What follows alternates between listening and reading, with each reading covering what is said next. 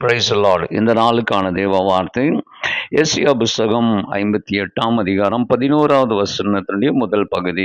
கர்த்தர் நித்தமும் உன்னை நடத்தி மகா வறட்சியான காலங்களில் உன் ஆத்துமாவை திருப்தியாக்கி என்று வாசிக்கிறோம்.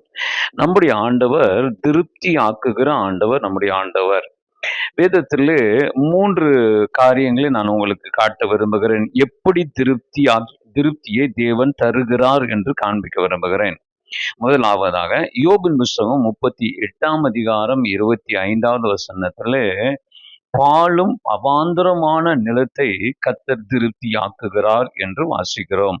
அதாவது விடாய்த்து இருப்பதை கர்த்தர் திருப்தியாக்குகிறார்.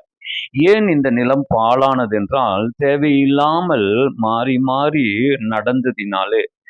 நடந்திருக்க வேண்டியது நடக்காததினாலே இது விடாய்த்து போயிருக்கிறது.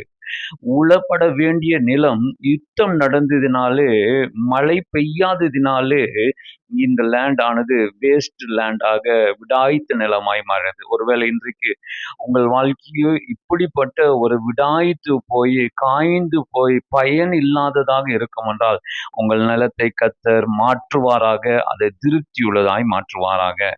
2வது 107ஆம் சங்கீதம் 8ஆம் வசனத்திலே தவணம் உள்ள ஆத்துமாவை திருப்தி ஆக்குகிறார் என்று வாசிக்கிறோம். போகும் இடம் தெரியும், ஆனால் எப்படி போகிறது என்று தெரியவில்லை. சுற்றி சுற்றி போய்கொண்டே இருப்பீர்கள் என்றால் நிச்சயமாகவே விடாய்த்து போன உங்கள் ஆத்துமாவை திருப்தி ஆக்குவார்.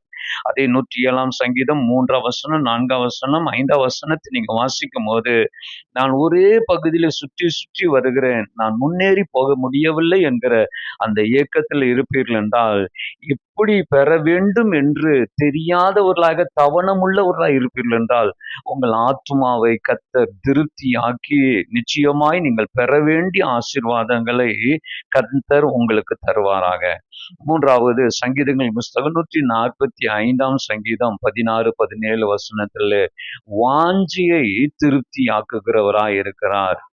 எல்லாம் மிருகங்களுக்கும் ஜீவனங்களுக்கும் வாஞ்சை இருக்கிறது.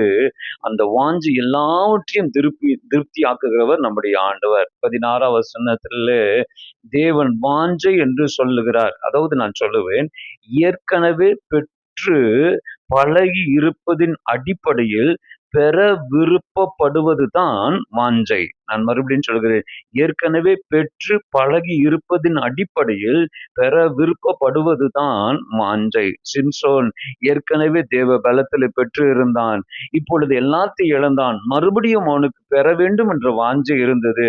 அந்த வாஞ்சையை கர்த்தர் திருப்தியாக்குகிறார். அருமையானவர்களே, உங்களுடைய வாஞ்சை என்னவா இருந்தாலும், உங்களுடைய விருப்பம் என்னவா இருந்தாலும், அந்த வாஞ்சியும் அந்த விருப்பத்தையும் சம்பூரணத்தினாலே திருப்தியாக்கி உங்களை நிரப்பச் செய்வாராக.